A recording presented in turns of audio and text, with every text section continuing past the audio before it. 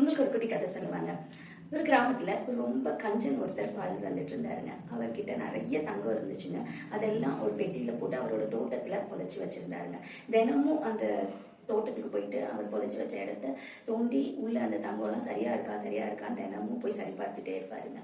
இதை ஒரு நாள் கவனிச்ச திருடன் ஒருத்தர், ஓ இவங்க வீட்டுல தங்கம் இருக்கு போல இருக்கு, அதை தோட்டத்திலேயே வசதியா வச்சிருக்காரு அப்படின்னு பார்த்துட்டு அந்த இரவே அந்த தோட்டத்துக்கு வந்து அந்த தங்க பெட்டியை வந்து எடுத்துட்டு போயிடுறாருங்க. அடுத்த நாள் இந்த கஞ்சன் போய் அந்த தோட்டத்துல இருக்க பெட்டியை தேடி எடுக்கலான்னு போனா அந்த பெட்டி இல்லவே இல்லைங்க. உட்காந்து அழுக ஆரம்பிச்சிடுறாருங்க.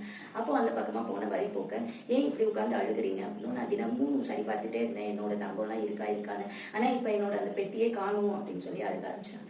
அப்போ அந்த தங்க பெட்டி இருந்த குழிக்குள்ள அந்த வழிபோக்க ஒரு பெரிய கல்லை தூக்கி போட்டுட்டு, இப்போ இதை மூடி வச்சுட்டு தினமும் வந்து பார்த்துட்டு போயிட்டு இருக்குங்க. நீங்க தங்கத்தை பார்த்ததுக்கும் இந்த கல்லை பார்த்ததுக்கும் ஒரு வித்தியாசமும் இல்லை, அது எந்த பிரயோஜனமும் இல்லாம உள்ளே இருக்கிறதுக்கு ஒண்ணுதான், இந்த கல்லும் ஒண்ணுதான் அப்படின்னு சொல்லிட்டு போறாருங்க.